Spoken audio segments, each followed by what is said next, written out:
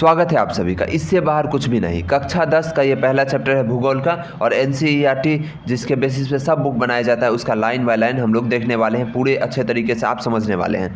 तो चलिए शुरू करते हैं। चैप्टर का नाम है संसाधन एवं उपयोग। संसाधन आपको पता ही होगा, कक्षा 8 में भी आप पढ़े होंगे कि मानवीय आवश्यकताओं को पूरा करने वाले सभी जीव जंतु पदार्थ एवं स्वयं मानव भी क्या है, संसाधन है। कुल मिला के आप ये फ़ोन पे पढ़ रहे हैं, ये भी संसाधन है। आप जिस बिस्तर पे बैठे हुए हैं वो भी संसाधन है, या आप चेयर पे बैठे हैं वो भी संसाधन है। कोई भी चीज़ जो हमारी ज़रूरतों को पूरा करता है, जिससे हमें कोई फ़ायदा मिलता है, उसको क्या बोलेंगे, संसाधन बोलेंगे। तिनका भी अगर आपके किसी काम का है तो वो भी क्या है, संसाधन है। तो इस तरह से संसाधन बहुत ही आसान है। और इसका उपयोग एवं उपयोग, तो संसाधन का तो बहुत सारा उपयोग है। पहला हेडिंग क्या है, संसाधन का महत्व। तो संसाधन का भाई साहब बहुत ज़्यादा महत्व है। तो चलिए इसको पढ़ लेते हैं। कुछ नया पॉइंट अगर मिल गया तो आपके लिए ऑब्जेक्टिव में बहुत ज़्यादा फायदेमंद हो जाएगा। तो चलिए पढ़ते हैं जल्दी जल्दी इसको। आप अपने जीवन में अनेक वस्तुओं का उपयोग करते हैं। उपयोग में आने वाली ये सभी वस्तुएं संसाधन हैं। आप समझ चुके हैं। संसाधन, यहाँ से ध्यान दें, लाइन बाय लाइन देखते रहिए। संसाधन भौतिक और जैविक दोनों हो सकते हैं। भौतिक और जैविक। जैविक यानी जो जिंदा होता है, जैसे मुर्गा हो गया आपका, अगर आप नॉनवेज खाते हैं तो इस तरह से। तो जैविक मतलब जो जिंदा है, जो पेड़ पौधा या फिर किसी इंसान से मिलता है या जानवर से मिलता है, जैविक। मानव भी क्या है, जैविक संसाधन हो गया एक तरह से, तो जिंदा चीज़। और भौतिक संसाधन जो निर्जीव है, जैसे पेट्रोल हो गया, और भी बहुत सारे उदाहरण हैं। तो भौतिक और जैविक दोनों होते हैं। जहाँ तक एक और भूमि, मृदा, जल, खनिज जैसे भौतिक पदार्थ मानवीय आकांक्षाओं की पूर्ति में सहायक होकर संसाधन बन जाते हैं, वहीं दूसरी ओर जैविक पदार्थ यथा वनस्पति, वन्य जीव और जलीय जीव मानवीय जीवन को सुखमय बनाने में पीछे नहीं है। तो दोनों से फायदा है हमें। तो ये मछली वगैरह क्या है, उदाहरण है ये जैविक का। और भौतिक का तो बहुत सारा उदाहरण है। और अगला चलिए उपरोक्त भौतिक एवं जैविक दोनों पदार्थ तकनीक के सहारे ही जीवन उपयोगी हो पाते हैं। तो तकनीक चाहिए, तकनीक से ही हम किसी संसाधन को अपने काम लायक संसाधन बना सकते हैं। तो प्रकृति में तो बहुत सारा चीज़ पड़ा हुआ है, उसको तकनीक की मदद से हम लोग निकाल के उसको अपने लिए यूज़फुल बना सकते हैं। तो तकनीक क्या है, बहुत ज़्यादा महत्वपूर्ण है। चलिए अगला है, अनादिकाल से ही अरण्यों में वनस्पति एवं वन्य जीव उपलब्ध थे। जलाशय एवं सागरों में जलीय जीव लाखों वर्षों पूर्व से ही विचरण करते हैं। सदियों से ही कोयला, पेट्रोलियम एवं अन्य खनिज पदार्थ के गर्भ में पड़ा था, पृथ्वी के गर्भ में पड़ा था। किंतु उस समय के आदि मानव में तकनीक ज्ञान का अभाव था। धीरे धीरे जनसंख्या एवं आवश्यकता में वृद्धि होती गई, और इसी वृद्धि ने मानव के ज्ञानोर्जन की दर, यहाँ ध्यान दीजिए, की दर त्वरित वृद्धि किया। इतना ही नहीं, आदि मानव तकनीक को पाकर ज्ञानी मानव बन गया। तो सही बात है, पहले भी पेट्रोल था, लेकिन पहले के लोगों को पता ही नहीं था कि पेट्रोल का क्या यूज़ है। तो बाद में उसी पेट्रोल से गाड़ी चलने लगा, और आज क्या है, पेट्रोल से ज़्यादा उपयोगी कुछ है नहीं। तो जैसे जैसे तकनीक बना, इस तरह से हमारे काम लायक चीज़ें होती गई। इसलिए आदि मानव आज इतना विकसित हो गया कि हम लोग यूट्यूब पर पढ़ाई कर रहे हैं। तो ये क्या है, तकनीक के कारण ही ये सब संभव है। चलिए, पर्यावरण में उपलब्ध पदार्थों का जनप्रिय तकनीक के सहारे जीवन को सुखमय बनाने में मानव सक्षम हो गया है। जब पर्यावरण में मानव द्वारा जनप्रिय तकनीक का प्रयोग होता है तब सभ्यता विकसित होती है। अतः मानवीय जीवन निर्वाह के तौर तरीके, संस्कृति, संसाधन की स्थिति को प्राप्त कर लेते हैं। तो कुल मिला के अभी तक हम जितना भी पढ़े उसको अगर शॉर्ट में बोलना है तो ये बोलेंगे कि संसाधन जो होता है उसको संसाधन बनाने में तकनीक का बहुत ही ज़्यादा योगदान है। आज हम लोग इतने आगे हैं तो इसमें संसाधन का जितना भूमिका है, तकनीक का भी उसके साथ साथ ही दोनों पैरेलल चलता है, संसाधन और तकनीक। तकनीक के बिना संसाधन, कोई भी वस्तु अधूरी है जो प्रकृति में है, और अगर प्रकृति में है ही नहीं तो तकनीक लेके क्या कीजिएगा। तो तकनीक भी चाहिए और वो चीज़ चाहिए ताकि उसको हम आप लोग अपने ज्ञान के अनुसार उसको बना सके। तो उम्मीद है आप इसे समझ गए होंगे। इसमें कहीं से कोई पॉइंट नहीं आया जिससे ऑब्जेक्टिव बन सकता है। हालांकि संसाधन क्या है ये आपको पता है, तकनीक का महत्व पता है, तो ये टॉपिक आपका क्लियर हो गया। यहाँ से कुछ भी आपका छूटने वाला नहीं है। अगला देखिए, वस्तुतः संसाधन का अर्थ बहुत ही व्यापक है। प्रसिद्ध भूगोलविद जेम्स मैन का कथन उल्लेखनीय है, संसाधन होते नहीं बनते हैं। तो सही बात है, क्यों बनते हैं, तकनीक के सहारे बनते हैं। तो संसाधन तो पहले से ही, मान लीजिए पेट्रोल पहले भी था तो वो उसको संसाधन बनाया गया, तभी तो वो संसाधन है। जब तक उस तकनीक को नहीं खोजेंगे तो संसाधन हमारे किसी काम का है नहीं। इसलिए जिमरमैन उसको पढ़ना है। तो जिमरमैन ने कहा था कि संसाधन होते नहीं बनते हैं। तो यहाँ पे इस तरह से। चलिए आगे हम लोग बढ़ते हैं। वर्तमान परिवेश में सेवा को भी संसाधन माना गया है। कोई गायक या कवि या चित्रकार अपनी क्रियाकलाप से धनार्जन या स्वयं की संतुष्टि करता है तब उसके द्वारा ये कार्यकलाप भी संसाधन कहलाएंगे। कुल मिला के मानव भी क्या है? संसाधन है। कोई भी मानव, क्योंकि हर कोई कमा रहा है, कुछ काम करके कमा रहा है और किसी के लिए वो काम कर रहा है, तो वो क्या हो गया? संसाधन हो गया। इस तरह से कवि की कविता रचना, चित्रकार की चित्रकारी, गायक की गायिका भी संसाधन है। तो सब कुछ क्या है? संसाधन है, क्योंकि गाना सुन के भी किसी को फ़ायदा मिल रहा है, तो जिससे भी किसी इंसान को संतुष्टि या फ़ायदा मिल रहा है वो क्या है? संसाधन है। सच तो यह है कि मानव स्वयं भी संसाधन है। वही बात है, मानव संसाधन, मानव का किया गया काम संसाधन, ठीक है, जो उसको यूज कर रहा है वो भी संसाधन, किसी और के लिए संसाधन। पूरा दुनिया क्या भरा हुआ है? संसाधन से ही भरा हुआ है। क्योंकि इसके पास ज्ञान तकनीक होता है जिसके सहारे वह किसी वस्तु को उपयोगी बना सकता है। अतः यह धारणा भ्रामक है कि संसाधन एक प्राकृतिक उपहार है। नहीं, तकनीक चाहिए उसके लिए। मंगल ग्रह पे भी पड़ा हुआ है चीज़, लेकिन जब तक तकनीक विकसित करके हम उस मंगल ग्रह के सामान को यहाँ ला न सकें तब तक वो हमारे किसी काम का नहीं है। तो तकनीक बहुत ज़रूरी है। संसाधन किसी भी देश की आर्थिक सामाजिक मेरुदंड होती है। मेरुदंड का मतलब आपको पता है? मेरुदंड का मतलब होता है पीछे हड्डी होता है लंबा सा, उसको क्या बोलते हैं? मेरुदंड। इसको हिंदी में इसको इंग्लिश में बोन मैरो बोलते हैं शायद, ठीक है, तो उसी को बोलते हैं मेरुदंड।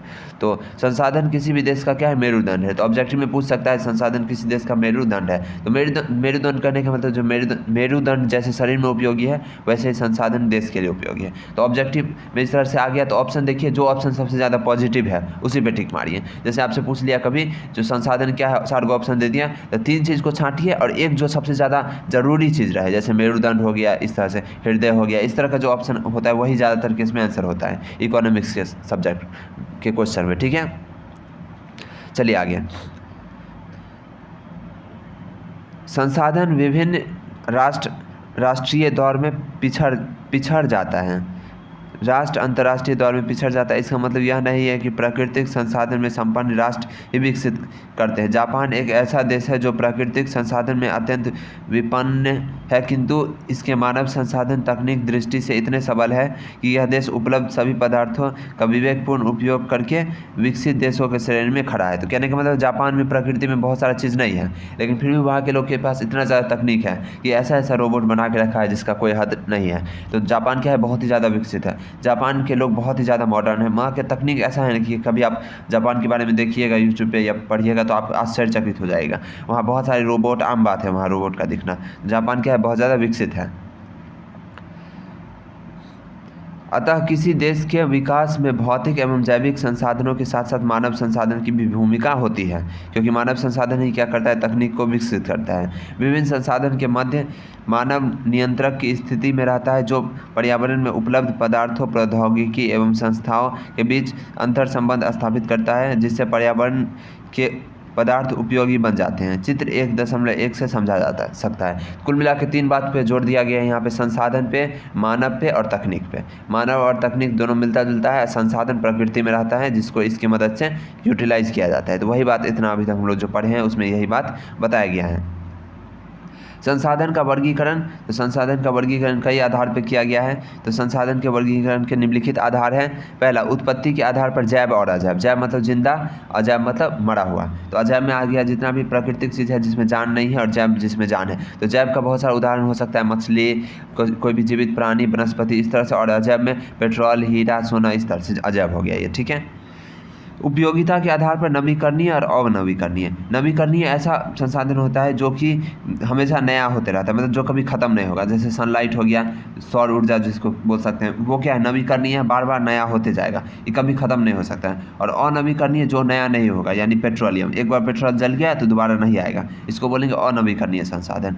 जल जो होता है, जल, इसको नवीकरणीय संसाधन में रखते हैं। किस में रखते हैं? जल नवीकरणीय संसाधन में, क्योंकि जल जो होता है वापस से बारिश की मदद से आ सकता है, ज़मीन के अंदर जाएगा तो भी हैंडपंप से आ जाएगा। तो जल क्या होता है? सर्कुलेट होता रहता है, इसलिए जल को क्या बोलते हैं? नवीकरणीय संसाधन बोलते हैं। इसको आप याद रखिए, कंफ्यूज आपको नहीं होना है।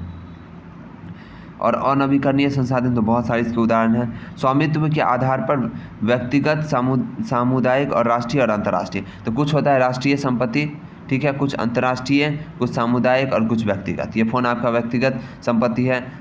मान लीजिए कोई रोड है तो वो क्या हो गया? सामुदायिक संपत्ति हो गया। कोई सरकार का चीज़ है जैसे इंडियन रेलवे, क्या हो गया? राष्ट्रीय संपत्ति हो गया। और अंतर्राष्ट्रीय संपत्ति भी बहुत सारा NGO वगैरह हो जाता है इस तरह से। चलिए आगे आप लोग उदाहरण देखेंगे। जो भी बात ज़रूरी लगे आप उसको नोट डाउन कर सकते हैं। ऐसे सुनते सुनते रहिएगा तो नींद आ सकता है, आपको नींद नहीं लाना है, क्योंकि सो गए तो समझिए आपका सब कुछ खो जाएगा। तो आपको जगे रहना है, क्योंकि जीवित हैं आप तो जगे रहना है। आपको पढ़ाई करना है, नहीं मन लग रहा है पढ़ाई में तो बस्ता आप अपना फेंक दीजिए। जो काम कीजिए दिल लगा के कीजिए और अच्छे से कीजिए। चलिए आगे हम लोग पढ़ते हैं। विकास की स्थिति के आधार पर संभाव्य विकसित भंडार और संचित। यहाँ पे क्या है, इसको चार्ट की मदद से समझते हैं। नीचे दिए गए चार्ट की मदद से संसाधन को समझा जा सकता है। तो संसाधन है उसको दो भाग में बांट दिया, प्राकृतिक और मानवीय। ठीक है, प्रकृति में आ गया नवीकरणीय और अनवीकरणीय, समझा चुका हूँ। नवीकरणीय जो नया होते जाएगा और अनवीकरणीय जो नया नहीं होगा। नवीकरणीय में दो भाग में बांट दिए इस तरह से, जैव और सतत। सतत प्रवाह जैसे पवन और जल। जैव में आ गया प्राकृतिक वनस्पति और वन्य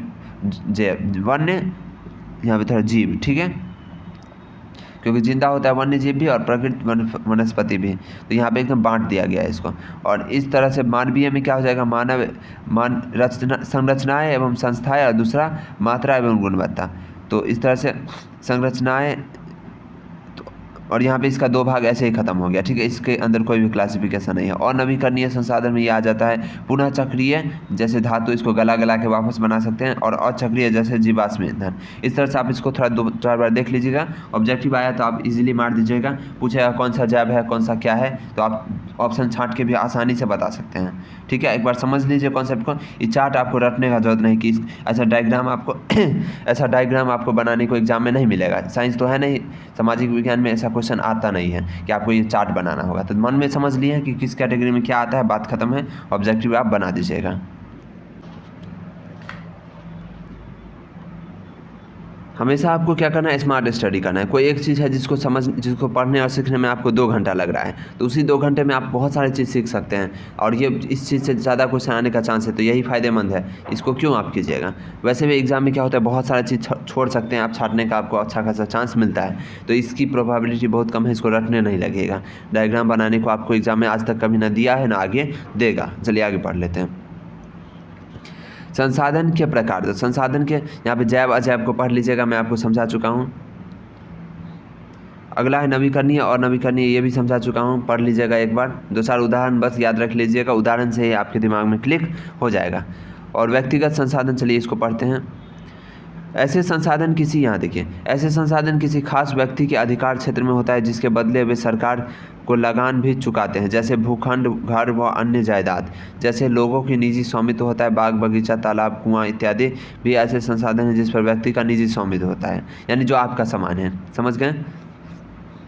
यहाँ पे क्रियाकलाप क्या दिया हुआ है, पढ़ लेते हैं। अपने परिवार में उपलब्ध निजी संसाधनों की एक सूची तैयार करें जिस पर केवल तुम्हारे परिवार का हक है। तो आपका ज़मीन, आपका बेड, आपका घर, आपका जितना चीज़ है सब आपका परिवार का संपत्ति। तो आपका इस तरह से बना लीजिए सूची, मन में ही बना लीजिए, नोटबुक में बनाने का जरूरत नहीं है।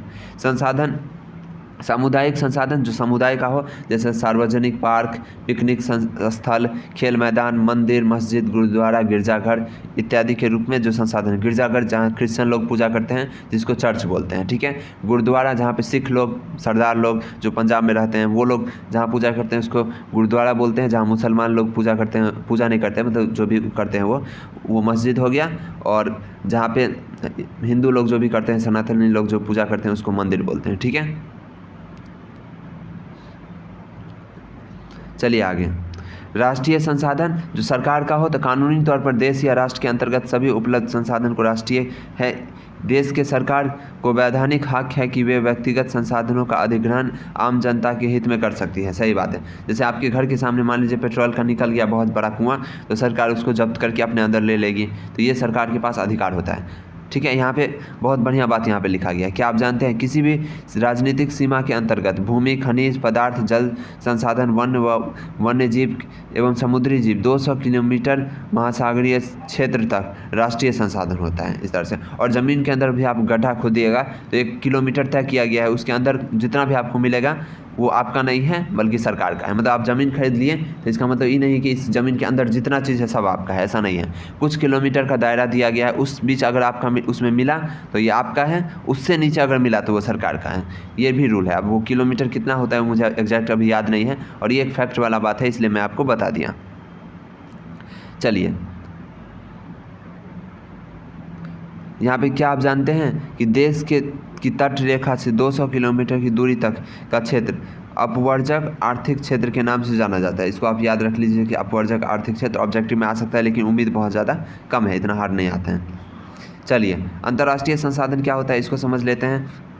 चलिए आप आगे बढ़े, इससे बढ़े एक पॉइंट आप समझ लीजिए। देखिए, आप समझते जा रहे हैं, समझना ही सबसे ज़्यादा ज़रूरी है। अगर आप किसी चीज़ को समझ लिए हैं तो कोई आपसे मान लीजिए प्रश्न करता है कि ताजमहल कहाँ है, तो ये रटने वाला बात है कि ताजमहल आगरा में है। तो अगर ये आपको याद है तो आप फट से बोल दीजिएगा, नहीं याद है तो आप कुछ नहीं कर सकते हैं। तो इस तरह का क्वेश्चन जो होता है, जैसे भारत के चौथे प्रधानमंत्री कौन थे या भारत के 7वें प्रधानमंत्री कौन थे, इस तरह से। तो ये जो चीज़ है ना, ये आपको रटना पड़ेगा, याद करना पड़ेगा, तभी आप बता पाइएगा।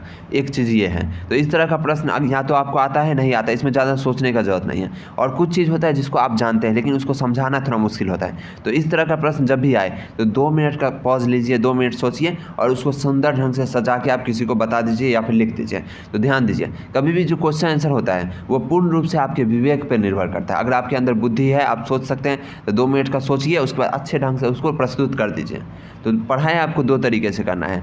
समझने वाला चीज़ को समझ लीजिए पढ़ते वक्त ही, और जो चीज़ रटने वाला है, याद करने वाला है, उसको नोट डाउन करके पॉइंट बना के प्रैक्टिस करते हुए नोट्स बना के PDF से जैसे करना है वैसे कीजिए। और इसका योगदान आपके एग्ज़ाम में 50% रहता है। यानी 50% ऐसा चीज़ रहेगा जो आपको खड़े याद करना पड़ेगा, उसमें आप कुछ नहीं कर सकते। और 50% जो होगा जो दिमाग से आपका बन जाएगा।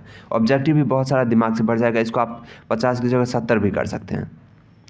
70-80% आपका समझने से काम चल जाएगा। 20-30% ही आपको रखना पड़ेगा बोर्ड एग्जाम में, और आगे की क्लास में आपको ज़्यादा कर सकता है। लेकिन फिलहाल बहुत ज़्यादा चीज़ आपको रखना है ऐसा ज़रूरी नहीं है। इस चीज़ को हमेशा याद रखिए, समझ लीजिए, आपका काम बन जाएगा। चलिए, अंतर्राष्ट्रीय संसाधन। अब जैसे कोई बच्चा इसको समझा नहीं, वो रटेगा अंतर्राष्ट्रीय संसाधन में ये होगा, जैव संसाधन में रटेगा, सबका उदाहरण रट रहा है वो लाइन खींच के नोटबुक में, तो बेवकूफ़ है वो। एक बार समझ लीजिए, काम आपका बन जाएगा। देखिए, अंतर्राष्ट्रीय संसाधन, ऐसे संसाधन का नियंत्रण अंतर्राष्ट्रीय संस्था करती है। तट रेखा से 200 किलोमीटर की दूरी को छोड़कर खुले महासागरीय संसाधनों पर किसी देश का अधिपत्य नहीं होता है। इस बात को हमेशा याद रखिए। जैसे हिंद महासागर पूरा जो है सो भारत हिंदुस्तान का नहीं है, उसमें 200 किलोमीटर तक के रेंज में जो है वही हमारा है और उसके आगे नहीं है। इसलिए इंडिया का जो मैप होता है ना, वो श्रीलंका भी उसमें दिखाई देता है, क्योंकि श्रीलंका क्या है, इस 200 किलोमीटर के अंदर ही है। तो ऐसा नहीं कि श्रीलंका हमारा है, क्योंकि इस तरह से दिखा दिया जाता है, यही एक कारण है। ठीक है, क्योंकि श्रीलंका एक तो स्वतंत्र देश है। चलिए, उसके आगे जो भी है वो सरकार मतलब अंतर्राष्ट्रीय संपत्ति है, उसमें कोई भी कुछ भी नहीं कर सकता अपना निजी काम। ठीक है, किसी देश का अधिपत्य नहीं होता। ऐसे संसाधन का उपयोग सिर्फ अनुसंधान हेतु यानी रिसर्च हेतु, क्योंकि साइंस किसी एक का नहीं है, साइंस तो सबके लिए है, हेतु अंतर्राष्ट्रीय संस्थाओं की सहमति से किसी राष्ट्र द्वारा किया जाता है। ठीक है, विकास के स्तर पर संसाधन को 4 भागों में वर्गीकृत किया गया है। संभावी संसाधन, विकसित संसाधन। चलिए इसको पढ़ते हैं, ये थोड़ा अलग है।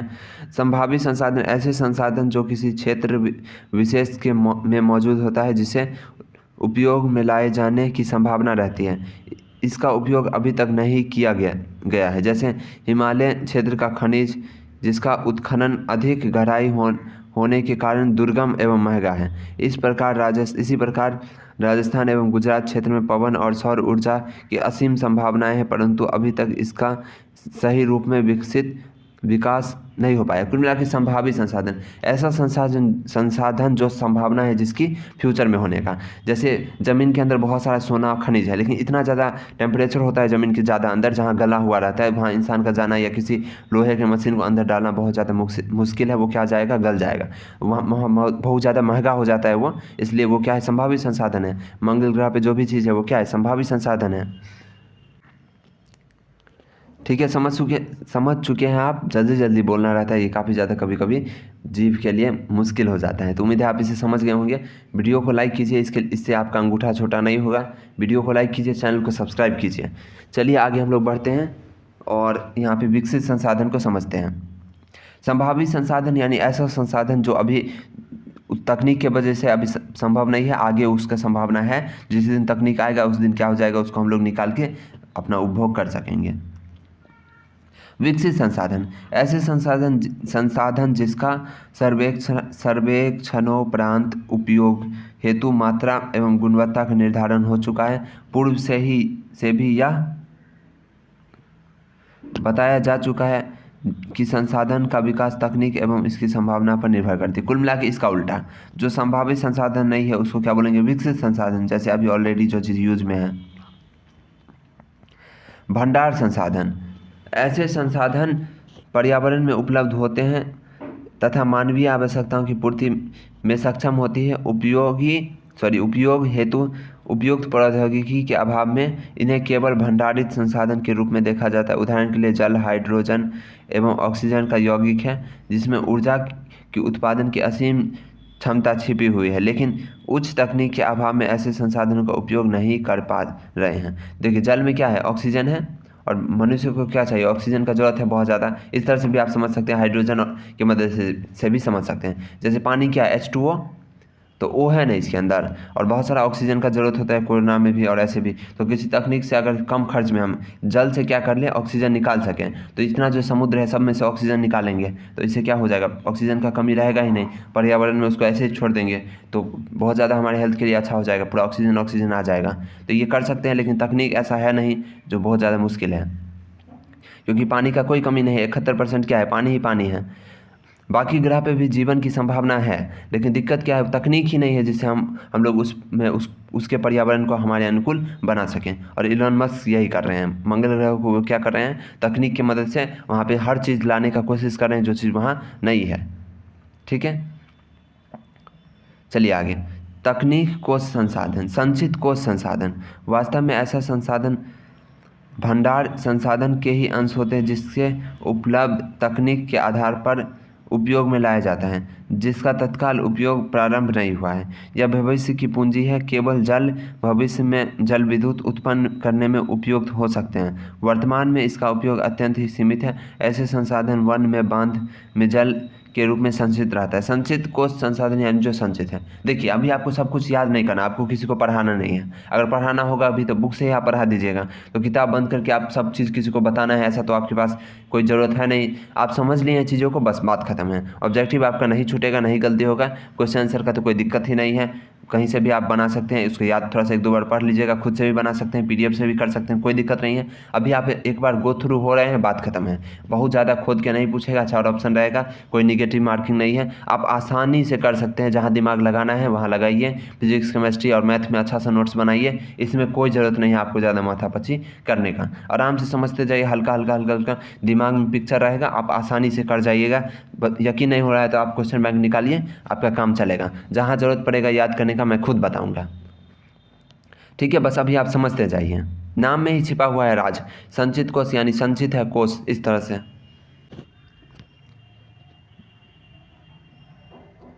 आपको लग सकता है कि ये चीज़ तो उसमें भी हो जाएगा, तो हाँ, एक संसाधन को अलग अलग कैटेगरी में हो सकता है। मान लीजिए हम बोलते हैं जल को, पेट्रोलियम को, तो ये अजैव में भी आ जाएगा, संचित में भी आ जाएगा, दूसरे कैटेगरी में भी आ जाएगा, इस तरह से। तो जरूरी नहीं एक संसाधन एक ही कैटेगरी में रहे, ऐसा ज़रूरी नहीं है। ठीक है, संसाधन नियोजन ये क्या है, इसको चलिए एक बार पढ़ लेते हैं फटाफट। एक वीडियो में पूरा चैप्टर ख़त्म कर देता हूँ मैं, तो इसलिए थोड़ा जल्दी मैं पढ़ता हूँ। तो 1-2 बार अगर गलत हो जाए तो आप उसको ध्यान मत दीजिए, क्योंकि इतना तेज़ मैं पढ़ता हूँ तो थोड़ा बहुत हो जाता है। मैं आपको समझाने में कोई गलती नहीं करता हूँ। तो संसाधन नियोजन, नियोजन मतलब प्लानिंग, नियोजन मतलब प्लानिंग, याद कीजिए। शुद्ध हिंदी है, थोड़ा सा आपको दिक्कत कर सकता है। नियोजन का मतलब होता है प्लानिंग, और संसाधन का मतलब रिसोर्स। संसाधन का विवेकपूर्ण उपयोग ही संसाधन का नियोजन है। प्लानिंग करके उसको यूज़ कर रहे हैं विवेक से। प्लानिंग हमेशा विवेक से होता है, बुद्धि से होता है। वर्तमान परिवेश में संसाधन का विवेकपूर्ण उपयोग हमारे सामने चुनौती बनकर खड़ा है, क्योंकि धड़ल्ले से उपयोग हो रहा है। सबको पता है कि पेट्रोल खत्म हो जाएगा एक दिन, फिर भी धड़ल्ले से पेट्रोल का उपयोग हो रहा है। संसाधन के विवेकपूर्ण दोहन हेतु सर्वमान्य रणनीति तैयार करना संसाधन नियोजन की प्रथम प्राथमिकता है। तो पहली प्रायोरिटी क्या है कि रणनीति के तहत उसको प्लानिंग के साथ यूज़ करना है। चलिए आगे। संसाधन नियोजन किसी भी राष्ट्र के विकास के लिए आवश्यक है, क्योंकि अगर संसाधन का नियोजन नहीं होगा तो जल्दी धड़ल्ले से ख़त्म हो जाएगा संसाधन। भारत जैसे देश के लिए तो यह अपरिहार्य है, जहां संसाधन की उपलब्धता में अत्यधिक विविधता के साथ साथ सघन जनसंख्या व्याप्त है। यहाँ कई ऐसे प्रदेश हैं जहाँ संसाधन संपन्न है, कई ऐसे भी प्रदेश हैं जो जनसंख्या की दृष्टि से काफ़ी, जो संसाधन की दृष्टि से काफ़ी विभिन्न है। कुछ ऐसे भी प्रदेश है जहाँ एक ही प्रकार के संसाधन का प्रचुर भंडार है और एवं अन्य दूसरे संसाधन में वह गरीब है। कुल में जैसे झारखंड और छत्तीसगढ़, समझिए इस बात को। जैसे बिहार राज्य है, इसके अंदर बहुत सारा संसाधन, प्राकृतिक संसाधन का थोड़ा कमी है, कुछ है लेकिन बहुत ज़्यादा नहीं है जितना झारखंड के पास है। तो इस तरह बिहार में क्या है, मानवीय संसाधन सबसे ज़्यादा है, हमारे पास जनसंख्या बहुत ज़्यादा है। बिहार 3rd नंबर पर आता है जनसंख्या के मामले में पूरे देश में, याद कीजिए इसको, अभी याद कीजिए। बिहार जनसंख्या के मामले में कितने नंबर पे है, 3रे नंबर पे है। सबसे ज़्यादा कहाँ है, यूपी में, सबसे ज़्यादा कहाँ है, यूपी में है। और 3rd नंबर पे अपना बिहार है। और 2nd नंबर पे कौन है, ये आप अगर बता दिए तो मतलब आपका जनरल नॉलेज बहुत ही ज़्यादा अच्छा है, तो आप कमेंट कर सकते हैं। अगर आपको नहीं पता है तो आप कमेंट कीजिए, कोई ना कमेंट चेक कीजिए, अगर कोई किया होगा तो आप देख सकते हैं, नहीं तो आप गूगल असिस्टेंट से पूछिए इस वीडियो को देखने के बाद, ताकि आपको आदत बने रिसर्च करने का और पूछने का, ताकि आपका नॉलेज में इजाफा हो सके। चलिए मैं तो आपको 1 सेकंड में बता सकता हूँ लेकिन बताऊँगा नहीं। चलिए, कुछ ऐसे भी प्रदेश हैं जहाँ एक ही प्रकार के संसाधन का प्रचुर भंडार है, जैसे झारखंड, मध्य प्रदेश एवं छत्तीसगढ़ आदि प्रदेश है जहाँ खनिज एवं कोयला का प्रचुर भंडार है। उसी प्रकार बिहार भी चूना पत्थर एवं पाइराइट जैसे खनिज में धनी है। इसको आप याद कीजिए, क्योंकि बिहार बोर्ड से हैं आप, बिहार से रिलेटेड सब बात आपको याद रखना है, ऑब्जेक्टिव में आता है। बिहार में क्या है, चूना पत्थर एवं पाइराइट जैसे खनिज हैं, ठीक है।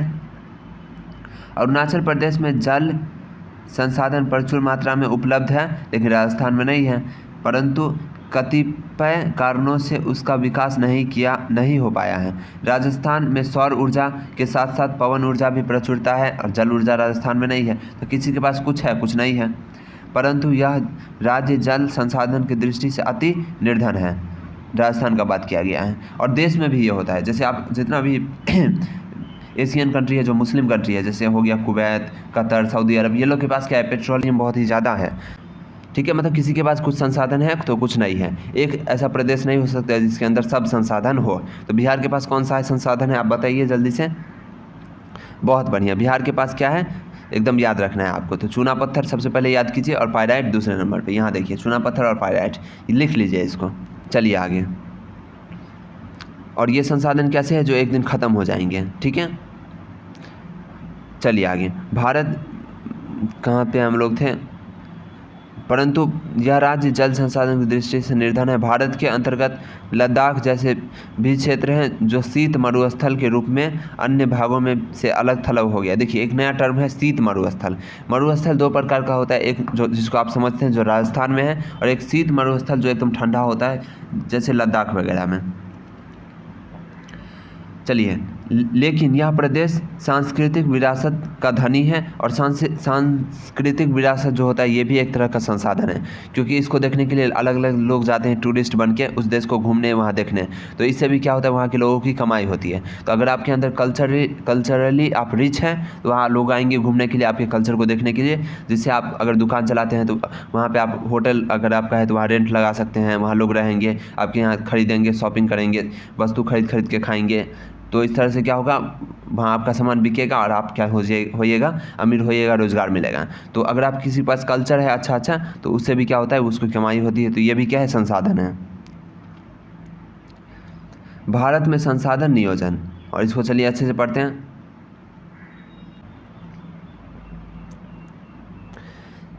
भारत में संसाधन नियोजन, लाइक करने के लिए कोई पैसा नहीं लगता है, लाइक कीजिए, अभी तक नहीं किए हैं तो पता नहीं आपको क्या चाहिए।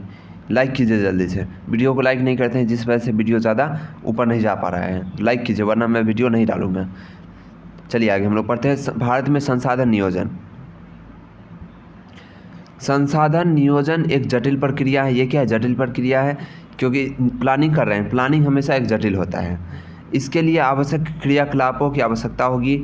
ये क्रियाकलाप संसाधन नियोजन के सोपान होते हैं। इस सोपान के सहारे किसी भी देश के उपलब्ध संसाधन का सदुपयोग कर उसी देश के उन्नति का मार्ग प्रशस्त किया जा सकता है। समझ चुके हैं। चलिए आगे बढ़ते हैं।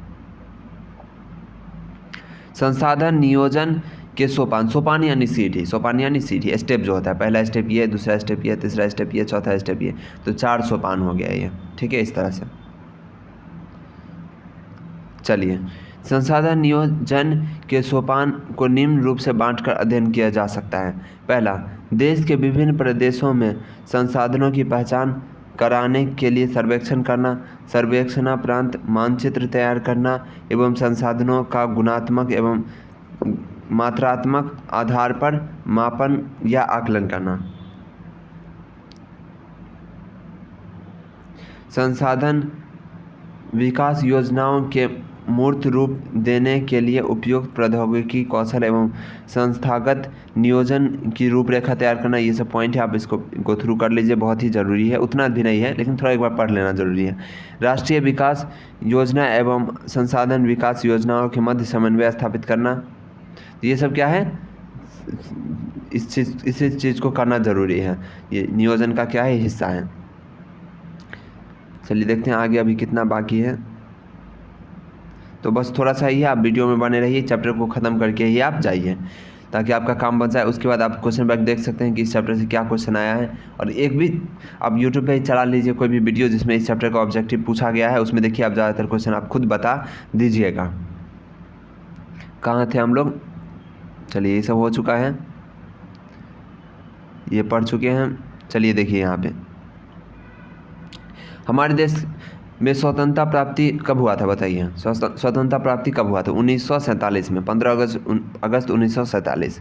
स्वतंत्रता प्राप्ति के बाद से ही संसाधन नियोजन के लक्ष्य उद्देश्य को हासिल करने का प्रयास किया जा रहा है। इस संदर्भ में भारत सरकार प्रथम पंचवर्षीय योजनाओं से ही प्रयासरत है। पंचवर्षीय योजना अब आगे के चैप्टर में पढ़ेंगे, भूगोल में नहीं पढ़ेंगे, राजनीतिक शास्त्र में पढ़ेंगे। पंचवर्षीय योजना 5 ईयर प्लान जो होता था, जो 1951 में चालू हुआ था और 5-5 साल चलता था, बाद में इसको योजना आयोग को ख़त्म कर दिया गया और नीति आयोग को बना दिया गया। ये आप पढ़ेंगे राजनीतिक शास्त्र नहीं, इकोनॉमिक्स में पढ़ेंगे, सॉरी इकोनॉमिक्स में आप इसे पढ़ेंगे, जो कि सामाजिक विज्ञान का ही एक हिस्सा है।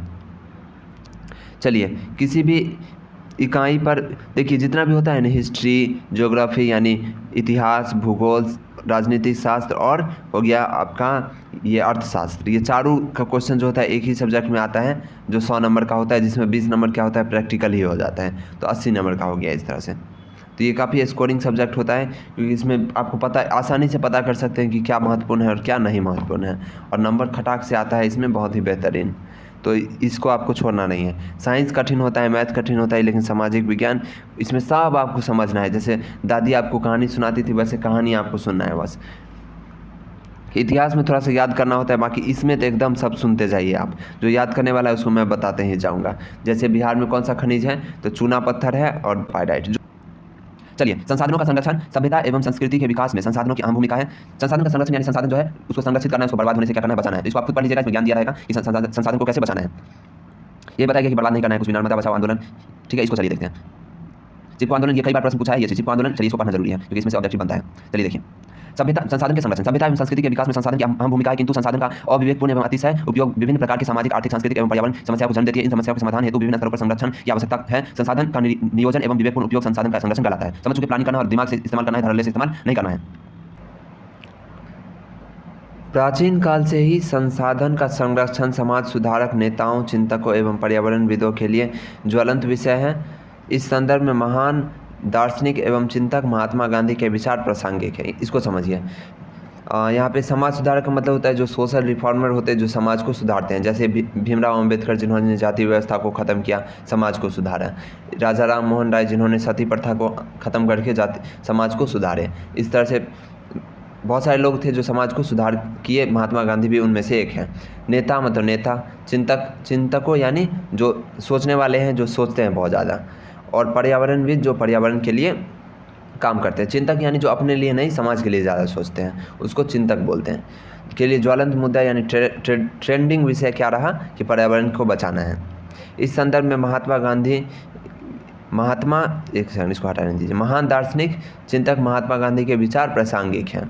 महात्मा गांधी क्या बोले थे कि हमारे पास पेट भरने के लिए बहुत कुछ है, लेकिन पेटी भरने के लिए नहीं। मतलब पेटी मतलब लोभ जो है ना, उसके लिए हमारे पास कुछ नहीं। जो ज़रूरत है उसको हम आसानी से पूरा कर सकते हैं। उनका एक इंग्लिश में भी कोट है, the world has enough for every one's need but not enough for every one's greed. Greed मतलब होता है लालच। जो दुनिया जो है ना, पर्याप्त है हर किसी के ज़रूरतों के लिए, लेकिन हर किसी के लालच के लिए ये दुनिया पर्याप्त नहीं है। तो लालच क्या है, बहुत इस तरह से गांधी जी बोलते थे कि ज़रूरत पे ही निर्भर रहो, मतलब ज़्यादा लोभ करना अच्छा बात नहीं है। मतलब गांधी जी ऐसे लोग थे ना जो मन को शांत रखना, अपने भौतिक रूप से बहुत ज़्यादा वो भौतिकवादी नहीं थे, वो एकदम मन को शांत रखना और स्पिरिचुअल इंसान थे। और भौतिकवादी जो होता है बहुत ही ज़्यादा मटेरियलिस्टिक होना, ये गांधी जी को पसंद नहीं था। सिंपल ज़िंदगी, सिंपल लिविंग, हाई थिंकिंग वाला इनका कॉन्सेप्ट था। तो कुल मिला के ये बात था, गांधी जी की आइडियोलॉजी ऐसी ही थी। वो कभी भी ज़्यादा वेस्टर्न जो होता है उसको फॉलो नहीं करते थे, वो हमेशा एक रूट से जुड़े रहते थे। इस तरह से गांधी जी को समझना बहुत ज़्यादा ज़रूरी है। मेधा पाटेकर का नर्मदा बचाओ आंदोलन या अभियान, तो इसको आपको याद रख लेना होगा। लिख सकते हैं आप मेधा पाटेकर।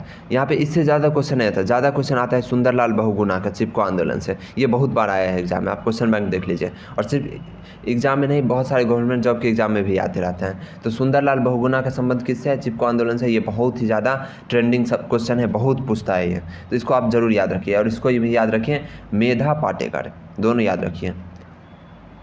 आपको बता दूं कि नर्मदा क्या एक नदी का नाम है, और चिपको आंदोलन ये पेड़ से संबंधित था जिसमें पेड़ काटने को रोका गया। एवं संदीप पांडे द्वारा वर्षा जल संचय कर कृषि भूमि का विस्तार संसाधन संरक्षण की दिशा में अत्यंत सराहनीय कदम है। एक और नाम आपको याद रख लेना होगा, नाम क्या है? संदीप पांडे। तो 3 नाम आपको याद रख लेना होगा। मेधा पाटेकर जिन्होंने नर्मदा को बचाया, ठीक है। तो आप इसको ट्रिक से भी याद कर सकते हैं क्योंकि 4 ऑप्शन रहता है, चारों में कैसे आप छांटिएगा। देखिए नर्मदा क्या है? नर्मदा, ऐसा लगे नर्म एकदम नर्मदा। नर्म कौन होती है? लड़की लोग नर्म होती है। तो मेधा क्या है? नर्म है। इस तरह से आप ट्रिक से याद कर सकते हैं ताकि आप ऑप्शन देख के क्लिक कर जाए आपके माइंड में, ठीक है। और चिपको आंदोलन सुंदरलाल बहुगुणा, इसको अगर याद है तो बहुत अच्छा, नहीं तो चिपकेगा कौन? मतलब जो सुंदर है। इस तरह से आप कुछ भी रिलेट कीजिए लेकिन याद कीजिए इसको, ठीक है। इस तरह से सुंदरलाल बहुगुणा, चिपको आंदोलन और मेधा पाटेकर, इसको आप लड़की से लिंक कर लीजिए। नर्मदा मेधा, इसको भी आप लड़की से ही लिंक कर सकते हैं कि जो सुंदर है उसमें चिपको, मतलब इस तरह से, ठीक है। आप कैसे भी याद कीजिए लेकिन याद कीजिए, है ना। चलिए, वैसे आप कॉन्सेप्चुअली भी याद कर चुके हैं कि नर्मदा बचाओ आंदोलन किसका था और ये किसका था। क्वेश्चन आता है कई बार, तो इसको याद कर लेना बहुत ज़्यादा ज़रूरी है। गांधी जी जैसे कई चिंतकों का मानना है कि मानव का स्वार्थी एवं लालची प्रवृत्ति का तथा अत्याधुनिक तकनीक की शोषणात्मक क्रियाकलाप संसाधन के तीव्रतम ह्रास के लिए मजबूर कर देती है। गांधी जी मशीन द्वारा उत्पादन के घोर विरोधी थे। वे बड़े जन समुदाय द्वारा उत्पादों के उत्पादन के समर्थक थे, जिसमें एक बड़ी आबादी को बेरोजगारी जैसे सामाजिक कोड से बचाया जा सके। इसलिए वो बोलते थे कि चरखा से खुद वस्त्र बनाओ, मतलब विदेशी सामान मत खरीदो, क्योंकि वो इन चीज़ों के विरोधी थे। बहुत ही ज़्यादा इंडस्ट्री होना उनके लिए पसंद नहीं था। वो सिंपल लिविंग चाहते थे कि लोग काम करें, पैसा कमाए और ज़िंदगी जिया नॉर्मल तरीके से, वो इतना ही चाहते थे। उनका मानना था कि इस प्रक्रिया में श्रमिकों में कार्य दक्षता के विकास में वृद्धि होगी और संसाधनों का विदोहन पर भी विराम लगेगा। इस तरह से संसाधन के संरक्षण हेतु अंतर्राष्ट्रीय स्तर पर अनेक सम्मेलन हुए हैं। सर्वप्रथम 1968 में क्लब ऑफ रोम ने इसकी वकायत की थी। इसको भी आप लिख सकते हैं किसी पॉइंट में, इस तरह से। वो सिर्फ चांस कम है आने का, लेकिन आ भी सकता है। Small is beautiful, small is beautiful, यहाँ से चलिए कहाँ था, फिर से पढ़ते हैं इसको। सर्वप्रथम 1968 में क्लब ऑफ रोम ने इसकी वकालत की थी। 1974 में सुमशेर की पुस्तक, ये किताब का नाम, सुमशेर कोई राइटर थे, उनका पुस्तक है स्मॉल इज़ ब्यूटीफुल में इससे संबंधित गांधी जी के विचार को प्रकाशित किया गया। यहाँ से क्वेश्चन नहीं आया है कभी और आगे भी आएगा, इसका बहुत कम चांस है क्योंकि इतने साल से चल रहा है आपका बिहार बोर्ड और ये क्वेश्चन आज तक नहीं आया है, उतना डीप में आता भी नहीं है, ठीक है। तो इसको नहीं याद रखना है आपको, छोड़ दीजिए इसको। इस भी याद करना वैसे भी कठिन होता है और एग्ज़ाम दिन तक आपको इस भी याद रहे इसका बहुत कम चांस है, क्योंकि इतना सारा आपको याद करना होता है अलग अलग विषय में। इस भी तो ये थोड़ा इरेलेवेंट हो जाएगा, इसको छोड़ दीजिए, आप मत याद कीजिए इसको। ब्रंटलैंड आयोग द्वारा प्रस्तुत 1987 में प्रतिवेदन भी संसाधन संरक्षण के संबंध में विश्व जगत की दृष्टि खोलने में कारगर साबित हुई। छोड़िए इसको, रटना नहीं है इस सब नाम को। इसमें सतत विकास, सस्टेनेबल डेवलपमेंट की संकल्पना के साथ साथ संसाधन संरक्षण पर भी बल दिया गया। समझ चुके हैं आप। इसी रिपोर्ट के बाद सतत विकास यानी सस्टेनेबल डेवलपमेंट, यानी हम ऐसा विकास करेंगे जिससे हम तो विकसित होंगे ही, हमारे अगले पीढ़ी को भी वो चीज़ मौका मिलेगा। तो सस्टेनेबल यानी सस्टेन करके उस चीज़ को बचा के अगले पीढ़ी को सौंपते हुए हम अपना विकास कर रहे हैं।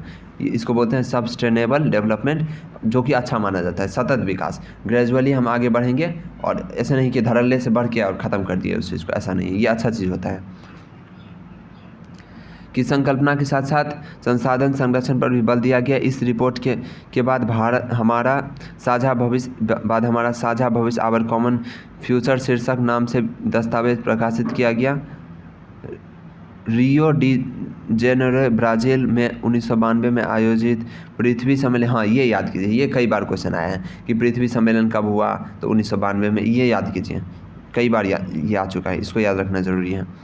इसी संदर्भ में सुनियोजित प्रयास था। पुनः 1997 न्यूयॉर्क में द्वितीय पृथ्वी सम्मेलन तथा 2002 में जोहान्सबर्ग में आयोजित तृतीय पृथ्वी सम्मेलन संसाधन संरक्षण की दिशा में विश्व में सराहनीय प्रयास है। तो ये तीनों पृथ्वी सम्मेलन आपको याद रखना है। तो कैसे याद कीजिएगा, इसको थोड़ा सा देख लीजिए।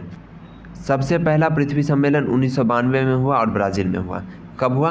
1992 में हुआ और ब्राज़ील में हुआ। कब हुआ? 1992 में हुआ, ब्राज़ील में हुआ। 1992 में हुआ और ब्राज़ील में हुआ। ब्राज़ील 92 मिल रहा है, ब्राज़ील 92, ब्राज़ील 92, इसको 92 नहीं 92 पढ़िए, तब आपको याद हो जाएगा। ब्राज़ील 92, ब्राज़ील 92, ब्राज़ील 92, 10 बार बोलिए, 15 बार बोलिए गिन के, याद करना नहीं है। 15 बार बोल दीजिए, भूल जाइए, बात खत्म। 15 बार लेकिन बोलिए, गिन के 15 बार बोलिए। देखते हैं आप एग्जाम में कैसे आपको क्लिक नहीं करता है। सब कुछ रटना नहीं है, आराम से 15 बार बोल के छोड़ दीजिए उसको। आपका जो दिमाग है ना, सबकॉन्शियस माइंड, वही आपको याद करा देगा। 15 बार लेकिन बोल दीजिए, ब्राज़ील 92, ब्राज़ील 92, 1992 ब्राज़ील, इस तरह से बोल दीजिए। और प्रथम पृथ्वी सम्मेलन है, इस तरह से, ठीक है। चलिए आगे हम लोग बढ़ते हैं। द्वितीय पृथ्वी सम्मेलन इसके बाद ही होगा, 92 के बाद, तो 5 साल बाद हो जाएगा, ठीक है। 5 साल बाद, 5 साल बाद, वैसे भी कोई भी चीज़ जो सरकार भी बदलती है 5 साल बाद, तो फिर से 5 साल बाद द्वितीय पंचवर्षीय योजना नहीं, पृथ्वी सम्मेलन। पंचवर्षीय योजना भी 5 साल का होता है, सरकार भी 5 साल का होता है, तो 5 क्या है, काफ़ी महत्वपूर्ण है। और उसके बाद 97 में 5 जोड़ दीजिए तो क्या आ जाएगा, 2002, तो फिर से हो गया तृतीय पंचवर्षीय योजना, नहीं तृतीय पृथ्वी सम्मेलन, इस तरह से। तो 5-5 का गैप करें, 5 बोलते हैं, मेरे दिमाग में पंचवर्षीय योजना आ जाता है, ठीक है, क्योंकि पढ़ाते वक्त कई बार आपकी पुस्तक में इस चीज़ का जिक्र है। तो 5-5 साल की गैप पे हैं। तो चलिए रिकॉल कीजिए, पहला पृथ्वी सम्मेलन हुआ 1992 ब्राज़ील में। कब हुआ? 1992 ब्राज़ील में।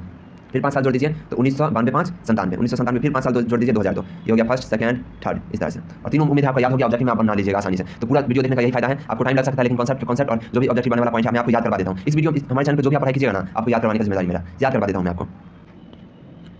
चलिए आगे, संसाधन मनुष्य के जीवन जीविका का आधार है, इस सतत विकास की अवधारणा। तो वही मैं बात में जो आपको बता चुका हूँ, सतत विकास यानी खत्म नहीं करना है, अपने अगले पीढ़ी के लिए भी बचाना है, अंधाधुंध नहीं करना है उसका। पढ़ लेते हैं एक बार। संसाधन मानव जीवन का आधार है, जीवन की गुणवत्ता बनाए रखने के लिए संसाधन का सतत विकास की अवधारणा आवश्यक है। संसाधन प्रकृति प्रदत्त उपहार है की अवधारणा के कारण, संसाधन प्रकृति प्रदत्त उपहार की अवधारणा के कारण, ये एकदम सही नहीं है। अवधारणा के कारण मानव ने इसे अंधाधुंध दोहन किया, जिसके कारण पर्यावरण समस्याएं भी उत्पन्न हो गई है। व्यक्ति के लालच लिप्सा ने संसाधन का तीव्रतम दोहन कर संसाधन के भंडारण में चिंतनीय ह्रास ला दिया है। संसाधन का केंद्रीकरण, सेंट्रलाइजेशन खास लोगों के हाथ में आने से समाज में 2 अस्पष्ट भागों संपन्न एवं विपन्न बट गया है। यानी जिसके पास है संसाधन वो संपन्न, जिसके पास नहीं है वो विपन्न। इसका उल्टा पर्यायवाची शब्द भी एक तरह से हो गया, हिंदी में पूछ लेगा। संपन्न का पर्यायवाची नहीं विलोम, संपन्न का विलोम क्या हो जाएगा, विपन्न। तो ये भी महत्वपूर्ण हो गया आपके लिए। चलिए, संपन्न लोगों द्वारा स्वार्थ के वशीभूत होकर संसाधन का विवेकहीन दोहन किया गया, जिसमें विश्व परिस्थितिक में घोर संकट की स्थिति उत्पन्न होगी। मैं जब भी इस तरह का वीडियो बनाता था एक चैप्टर का, तो मैं क्या करता था, रुक के बनाता था। लेकिन आज पहली बार है कि मैं एक ही बार में लगातार वीडियो बना रहा हूँ, मतलब एक ही वीडियो में खत्म, मतलब मैं वीडियो को एडिट करते वक्त जोड़ूंगा नहीं, एक ही बार में जोड़ दिया हूँ। तो इसलिए क्या पढ़ने में कहीं गलती हो रहा है, क्योंकि मैं लगातार बोल रहा हूँ। जनरली मैं क्या करता हूँ, एक चैप्टर का एक वीडियो आपको तो मिलता ही है, लेकिन उसके लिए मैं क्या करता हूँ, थोड़ा करके वीडियो बनाता हूँ और जोड़ देता हूँ उसको। तो ये चीज़ आज नहीं किया हूँ, एक ही बार बना रहा हूँ, क्योंकि 7 दिन हो गया वीडियो अपलोड नहीं किया हूँ, तो जल्दी से आज करना है, ठीक है, इसलिए। चलिए, तो यहाँ पे उत्पन्न हो गई है भूमंडलीय तापन, ओजोन क्षय। हालांकि ओजोन क्षय जो हुआ था वो अभी ठीक हो चुका है, ठीक है। तो इसको पुस्तक जो है पुराना है इसलिए लिखा हुआ है, तो वर्तमान में चिंता करने की कोई बात नहीं है। जो ओजोन लेयर में क्षय हुआ था वो ठीक हो चुका है, इसमें दुनिया भर के लोगों ने इसको सीरियसली लिया, तो इसका प्रॉब्लम क्या हो गया, सॉल्व हो चुका है। भूमंडलीय तापन यानी ग्लोबल वार्मिंग, जो टेम्परेचर बढ़ता है। पर्यावरण प्रदूषण, ये तो आप समझ गए होंगे, मृदा क्षालन, भूमि विस्थापन, अम्लीय वर्षा, असमय ऋतु परिवर्तन जैसी पारिस्थितिक संकट पृथ्वी पर व्याप्त सभ्यता संस्कृति को निकल जाने को तैयार है। सही बात, इससे क्या हो जाए, मानव जीवन खतरे में है। अगर इन स्वार्थी तत्वों या देशों द्वारा अनवरत विद्रोहन चलता रहा तो पृथ्वी का जैव संसार विनाश के आगोश में समा जाएगा, इस तरह की बात है। तो यही बात है। अब जरूरी आप सोचते होंगे कि इसके लिए कड़क कानून क्यों नहीं बनता है, तो इसका कारण सबसे बड़ा यही है कि अंतर्राष्ट्रीय रूप में भी इसका कड़क कानून नहीं बनता है। क्योंकि जब भी अमेरिका और जो भी विकसित देश है वो बोलते हैं पिछले देशों की अपना कार्बन कंजप्शन को कम करो, कार्बन को कम छोड़ो, तो वो बोलते हैं खुद तो विकसित हो गया, अभी ये कार्बन डाइऑक्साइड फैला के, प्रदूषण फैला के, अभी हम लोग के विकसित होने का बारी आया है, तो ये नियम लगा रहा है। तो इसलिए क्या होता है, छोटा देश जो है वो कानून नहीं मानता है। क्योंकि जब भी आपको विकसित करना है, किसी देश को विकसित करना है, तो उसके लिए इंडस्ट्री को डेवलप करना होगा, और इंडस्ट्री डेवलप होगा तो प्रदूषण होगा ही होगा। तो इसलिए छोटा देश नहीं मानता है, और उसके लिए फिल्टर वगैरह ज़्यादा लगाएगा तो खर्चा ज़्यादा बैठेगा, जो कि वो नहीं चाहता है। किसान लोग भी पराली जला देते हैं क्योंकि इससे क्या होता है, कम खर्च में उसका काम बन जाता है और किसी मजदूर को लगा के उसको कटवाएगा तो ज़्यादा खर्च होगा, भले ही प्रदूषण हो रहा है लेकिन उसका पैसा बच रहा है। तो यही चीज़ है। उपरोक्त परिस्थितियों से निजात पाने एवं विश्व शांति के साथ जैव जगत को गुणवत्तापूर्ण जीवन लौटाने के लिए सर्वप्रथम समाज के संसाधनों को न्याय संगत बांटना अपरिहार्य है। दूसरे शब्दों में संसाधन का नियोजन होना आवश्यक है। इससे पर्यावरण को बिना क्षति पहुंचाए भविष्य की आवश्यकताओं के मद्देनजर वर्तमान विकास को कायम किया जा सकता है। ऐसी धारणा ही सतत विकास, सस्टेनेबल डेवलपमेंट कही जाती है। इससे वर्तमान विकास के साथ साथ भविष्य भी सुरक्षित रहता है। तो यही होता है सतत विकास का मतलब, ये पॉजिटिव बात है, ये अच्छी चीज़ है, ये होनी चाहिए। अब यहाँ पर स्मरणीय बात है कि पृथ्वी सम्मेलन कब हुआ था, तो मैं आपको याद करा चुका हूँ। 1992 से शुरू हुआ और 5 साल का 3 हो गया इस तरह से, जो आपकी पुस्तक में लिखा हुआ है। और अब आप डेट याद कीजिए, 3 से 14 जून, ठीक है, इसको आप याद कर लीजिए डेट, और ये पढ़ने वाला बात इसको पढ़ लीजिएगा, स्मरणीय तत्व, और यहाँ से ऑब्जेक्टिव बन जाएगा। द्वितीय ये भी बता चुका हूँ, डेट याद कर लीजिए। क्योटो सम्मेलन भी याद कर लीजिए, तृतीय पृथ्वी सम्मेलन भी याद कर लीजिए। याद करना है थोड़ा सा, डेट याद करवा दिया बस, इसलिए तो याद करवा दिया बस, डेट याद रख लीजिए, अगस्त फरवरी जो भी है। चलिए इस तरह से चैप्टर खत्म हो चुका है। ये ऑब्जेक्टिव आप इसको बनाइए खुद से, क्वेश्चन आंसर है इसको भी आप खुद से कीजिए तो बहुत अच्छा है। क्वेश्चन आंसर का क्या है, आप मेरे चैनल से, किसी के चैनल से भी देखिए और अपने शब्दों में आप एग्जाम में तो लिख ही सकते हैं। अगर आप नहीं याद करना, नहीं नोट्स बनाना है तो समझ लिए एग्जाम में यथासंभव अपने शब्दों में उत्तर लिख दीजिएगा, लेकिन आपके लिए अच्छा रहेगा कि कम से कम आप गो थ्रू हो जाइए। कुछ नहीं तो चंद्रिका से ही पढ़ लीजिए, अगर आपके पास बहुत कम टाइम बचा हुआ है तो आप बहुत ज़्यादा जल्दी में रहते हैं, नहीं ज़्यादा पढ़ाई करने का आपको मन करता है तो आप चंद्रिका से भी पढ़ सकते हैं। नहीं तो आप क्या कीजिए, किसी का पीडीएफ से आप याद कर सकते हैं, समझ तो आप ऑलरेडी लिए हैं, उसको यथासंभव अपने शब्द में परिवर्तित करके एग्जाम में लिख सकते हैं। नहीं तो खुद से आप नोट्स बना लीजिए, जिसका आंसर आपको आसान लग रहा है, अच्छा लग रहा है, उसका क्या कीजिए, आप नोटबुक में लिख के फिर बना लीजिए और उसको ही याद कर जाइए, ठीक है। किसी भी क्वेश्चन का एक आंसर नहीं होता है, क्वेश्चन आंसर यथासंभव अपने शब्द में लिखा जाता है और अलग टीचर अलग बताएंगे किसी का अच्छा, किसी का खराब, किसी का बहुत अच्छा, इस तरह से होता है। खराब तो किसी का नहीं होता है, मतलब लेवल बाय लेवल होता है। तो अपने हिसाब से लिख दीजिएगा, तो इसके लिए आप टेंशन नहीं लेना है। और ऑब्जेक्टिव के लिए इस तरह से पूरा वीडियो देखिए लाइन बाय लाइन और प्रैक्टिस भी कीजिए, इससे आपका एग्जामिनेशन बहुत बेहतरीन जाएगा, ऐसा उम्मीद है मुझे।